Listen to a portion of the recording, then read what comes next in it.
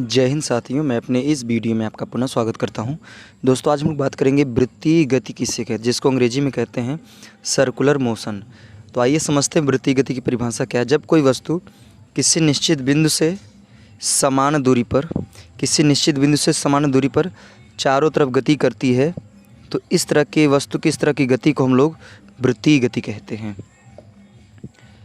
तो उम्मीद करूँगा परिभाषा समझ में आई होगी। जैसे मान लीजिए कोई वस्तु है जो गति कर रही है और ये क्या कर रही है, ये निश्चित बिंदु है। इसी निश्चित बिंदु से समान दूरी पर क्या कर रही है, चारों तरफ गति कर रही है। तो अगर कोई वस्तु इस तरह से गति करती है तो इस तरह की गति को हम लोग वृत्तीय गति करें। जैसे एग्जांपल में आपको समझाएं, जैसे मान लीजिए कोई आप खूंटी गाड़ दीजिए यहाँ पे, और यहाँ से एक किसी भी लंबाई का आप एक धागा ले लीजिए और धागा से यहाँ पे क्या करिए, कुछ यहाँ पे भी अगर बांध दीजिए। उसके बाद आप क्या करिए, कुछ इस तरह से मतलब इस जो यहाँ वाली चीज़ है उसको आप क्या करिए, एकदम टाइट करके ऐसे घुमाइए इसको चारों तरफ, कुछ इस तरह से घुमाइए। तो ये जो यहाँ पे जो कण है यानी जो वस्तु है वो जो गति करेगी उसी गति का नाम होगा वृत्तीय गति। आप लोगों ने जैसे कभी कोई अगर रिंग टाइप आपको बनाना है, जैसे आप लोग किसी फंक्शन में जैसे रंगोली वगैरह बनाते हैं, तो आपको पूरी तरह से अगर सर्कल टाइप का बनाना होता है तो इसी तरह करते हैं। यहाँ पे क्या करते हैं, एक खूंटी यहाँ पे गाड़ के और यहाँ से एक सीधा धागा बांध कर उसको क्या करते हैं, ऐसे घुमाते हैं। तो जिस वजह से आसानी से एकदम पूरी तरह से रिंग टाइप का बन जाता है। तो ये जो चीज़ यहाँ पर आप घुमाते हैं ये वृत्तीय गति, इसी को हम वृत्तीय गति कहेंगे। अगर बात करें उदाहरण की, तो जितने भी जैसे आपको मैं बता रहा हूँ, जैसे मौत का कुआं आपने देखा होगा मेला वगैरह में, तो मौत के कुएं में जो गाड़ियाँ होती देखे होंगे आप लोग, रिंग तरह से घूमती रहती है, तो वो भी वृत्तीय गति ही करती है। उसी तरह अगर एग्जाम्पल की बात करें तो ग्राउंड जो खेल मैदान होते हैं जहाँ पे रेसर लोग जाके दौड़ते हैं, धावक जो होते हैं, तो वो धावक भी क्या करते हैं, ग्राउंड में जब गति करते हैं तो वो भी इसी तरह कुछ मार्ग बनाए रहते हैं और उसी पे क्या करते हैं, गति करते हैं। तो वो सारे वृत्तीय गति के एग्जाम्पल हो सकते हैं। तो मौत के कुआं में जो गाड़ियाँ घूमती वो वृत्तीय गति करती हैं, और धावक जो होते हैं यानी ग्राउंड में धावक जो होते हैं वो भी वृत्तीय गति करते हैं।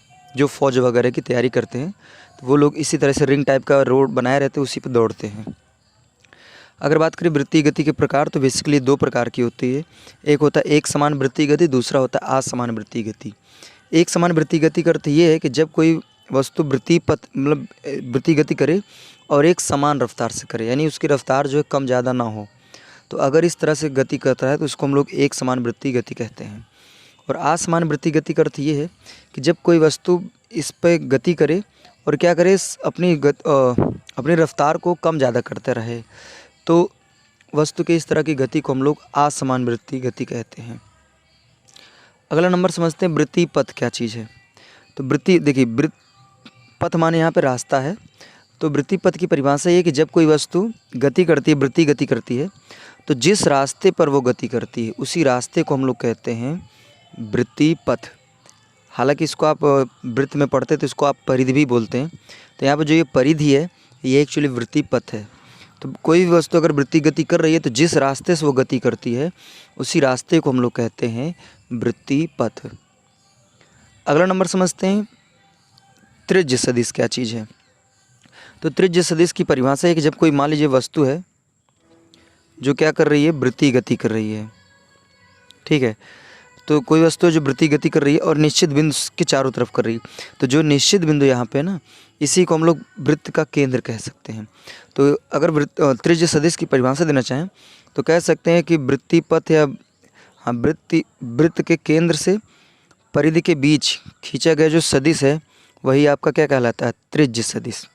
या फिर ऐसा भी एक परिभाषा आप बोल सकते हैं कि जब कोई वस्तु वृत्तीय पथ पर गति करती रहती है तो उस वस्तु के केंद्र से स्थिति को दर्शाने वाला जो सदिश है वो भी त्रिज्य सदिश कहलाता है। जैसे मान लीजिए कोई वस्तु गति कर रही है, जैसे राउंड अप घूम रही है और वस्तु यहाँ पे पहुँची है, तो मैं कहूँ कि केंद्र से इसकी स्थिति क्या है, तो केंद्र से इसकी स्थिति कुछ इस तरह आप दिखाएंगे।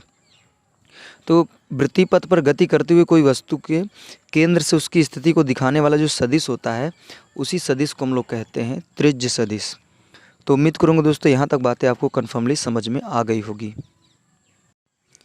अब आइए हम लोग समझते हैं रेखीय विस्थापन क्या है, जिसको हम लोग बेसिकली डेल्टा एल से प्रदर्शित करते हैं।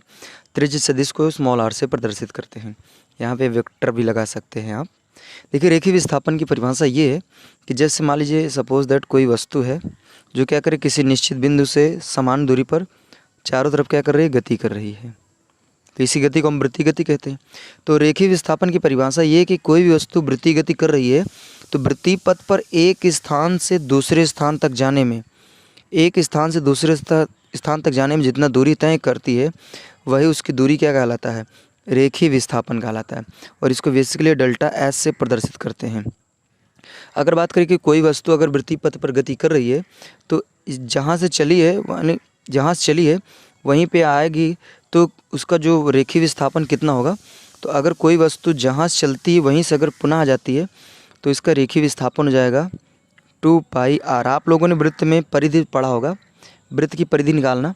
तो वृत्त की परिधि कैसे निकालते हैं, तो अगर कोई मान लीजिए वृत्त है, उसकी त्रिज्या दिया है और हम ये कहें कि उसका जो घेरा है, बाउंड्री है, उसकी लंबाई क्या है, तो उसके लिए फार्मूला होता है 2πr। तो उसी तरह रेखीय विस्थापन की अगर बात करें तो अगर कोई वस्तु एक चक्कर लगाती है तो उसका जो रेखीय विस्थापन होगा वो हो जाएगा 2πr।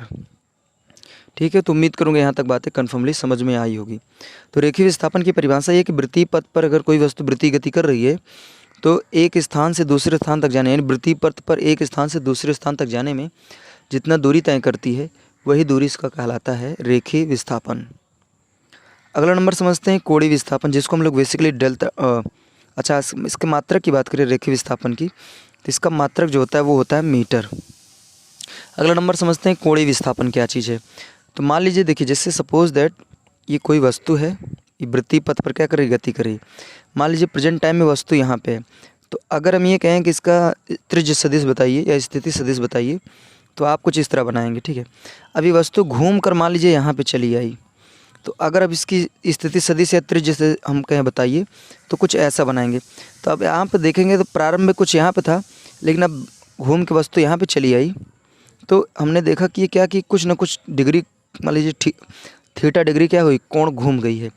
तो कोई वस्तु अगर मान लीजिए वृत्तीय पथ पर गति कर रही है तो अपने प्रारंभिक स्थान से जितना डिग्री घूम जाती है, जितना कोण घूम जाती है वही उसका कहलाता है कोणीय विस्थापन।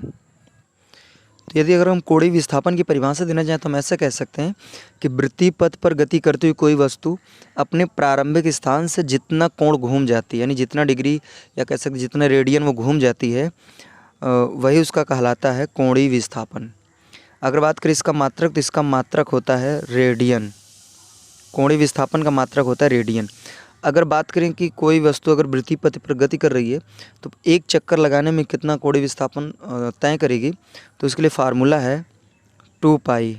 हम जानते हैं कि कोई भी वस्तु अगर मतलब वृत्त के रूप में गति कर रही है तो जहाँ से चलती है अगर पुनः वहीं पे आ जाती है तो वो 360 डिग्री घूम जाती है, और 360 डिग्री को अगर रेडियन में बदलेंगे तो 2π हम लिख सकते हैं, और इसका मात्रक आपको ध्यान देना रेडियन होता है। अगला नंबर समझते हैं रेखीय विस्थापन क्या है, जिसको हम लोग v से प्रदर्शित करते हैं। तो रेखीय विस्थापन की परिभाषा ये है कि कोई भी वस्तु वृत्तीय पथ पर गति करते हुए हर एक सेकंड में जितना दूरी तय करती है, यानी जितना रेखीय विस्थापन तय करती है, वही उसका कहलाता है रेखीय वेग। अर्थात कहने का अर्थ ये, जैसे मान लीजिए कोई वस्तु यहाँ से चलना स्टार्ट की, तो हमने देखा कि इस मार्ग पे वो गति कर रही है, और इस मार्ग पे जितना हर एक सेकंड में जितना दूरी तय करेगी वही उसका कहलाएगा रेखीय विस्थापन। हमने देखा कि यहाँ इस मार्ग पर कोई वस्तु गति कर रही है और हर सेकंड में वो क्या कर रही है, 2 मीटर दूरी तय कर रही है। तो हम कह सकते हैं इसका जो रेखीय वेग होगा वो क्या हो जाएगा, 2 मीटर पर सेकंड हो जाएगा। तो रेखीय वेग का जो मात्रक होता है वो होता है मीटर पर सेकंड होता है, इसको v से प्रदर्शित करते हैं। अगला नंबर समझते हैं कोणीय वेग क्या होता है। तो कोणीय वेग को बेसिकली ओमेगा से प्रदर्शित करते हैं। इसकी परिभाषा ये कि कोई भी वस्तु वृत्तीय पथ पर गति करते हुए हर एक सेकंड में जितना कोण घूम जाएगी वही उसका कहलाएगा कोणीय वेग, उसी का कहलाएगा। तो वृत्तीय पथ पर गति करते हुए कोई वस्तु हर एक सेकंड यानी प्रति सेकंड में जितना कोण घूम जाती है, जितना कोण तय करता है, उसी को हम लोग कहते हैं कोणीय वेग। इसको बेसिकली ओमेगा से प्रदर्शित करते हैं। अगर बात करें इसके मात्रक की, तो इसका मात्रक जो होता है ये होता है रेडियन पर सेकंड होता है। तो ये आपको यहाँ तक बातें आपको ध्यान देनी है। अब आइए हम लोग समझते हैं कि अवकेंद्र त्वरण क्या चीज़ होता है। इसको बेसिकली हम लोग ए से प्रदर्शित करते हैं। ठीक है, तो अवकेंद्र त्वरण की परिभाषा है कि जब कोई वस्तु मान लीजिए वृत्ति पथ पर क्या कर रही है, गति कर रही है, कोई भी वस्तु है। तो हम ये देखते हैं, मान लीजिए अगर वो एक समान वृत्ति गति कर रही है, अर्थात उसकी जो चाल है वो मतलब बदल नहीं रही है, एक रफ्तार से वो क्या कर रही है, गति करती चली जा रही है। तो मान लीजिए अगर कोई भी वस्तु वृत्ति पथ पर गति करती है एक समान चाल से या एक समान वेग से, तो होता क्या है कि इसमें इसका जो चाल होता है, वेग होता है, वो नहीं बदलता है, लेकिन उसकी दिशा जो होती है वो क्या करती है, बार बार बदलती है। तो इसमें एक ऐसा त्वरण लगता है जो क्या करता है, जिस दिशा में वस्तु गति करती होती है उसी के लंबवत केंद्र की ओर एक त्वरण कार्य करता है, जो क्या करता है, इस वस्तु की वेग को तो नहीं परिवर्तित करता, जबकि इसकी दिशा क्या करता है, बार बार परिवर्तित करता है। तो उसी त्वरण को हम लोग कहते हैं अविकेंद्र त्वरण।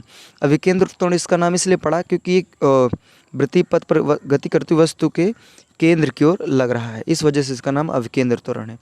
तो अविकेंद्र त्वरण की परिभाषा की बात करें तो आप सीधे सीधे ऐसा कह सकते हैं कि वृत्ति पथ पर जब कोई वस्तु एक समान वृत्ति गति करती है तो उस वस्तु की जो चाल होती है, वेग होता है, वो नहीं बदलता, लेकिन उसकी जो दिशा होती है वो क्या होती है, बार बार बदल जाती है। तो इसकी दिशा को बदलने के लिए इसमें एक त्वरण कार्य करता है, जो क्या करता है, वो त्वरण जो होता है वो केंद्र की ओर लगता है, और इसी त्वरण को हम कहते हैं अविकेंद्र त्वरण। अविकेंद्र त्वरण क्या करता है, यहाँ पे चाल और वेग को नहीं बदलता है, या चाल बोलिए या वेग बोल सकते हैं, उसको नहीं बदलता, जबकि इसमें वृत्ति पथ पर गति करती हुई वस्तु की दिशा को बार बार वो बदल देता है। तो इसी त्वरण को बेसिकली हम लोग कहते हैं अविकेंद्र त्वरण। और इसको अगर मात्रक की बात करें तो इसका मात्रक आप लिख सकते हैं मीटर पर सेकंड स्क्वायर लिख सकते हैं। तो उम्मीद करूंगा दोस्तों यहाँ तक बातें आपको कन्फर्मली समझ में आई होगी। वृत्ति गति से संबंधित आज हमने जितने भी टॉपिक मतलब जो भी टॉपिक बन सकते हैं सारा कुछ हमने डिस्कस करने का प्रयास किया। दोस्तों आप हमको इंस्टाग्राम और फेसबुक में फॉलो कर सकते हैं, लिंक जो है हमने डिस्क्रिप्शन बॉक्स में दे रखा है, वहाँ पे जाके आप फॉलो कर सकते हैं। तो अब दोस्तों में दीजिए इजाज़त, इसी तरह मिलेंगे हम लोग अगली वीडियो में, तब तक के लिए जय हिंद, वंदे मातरम।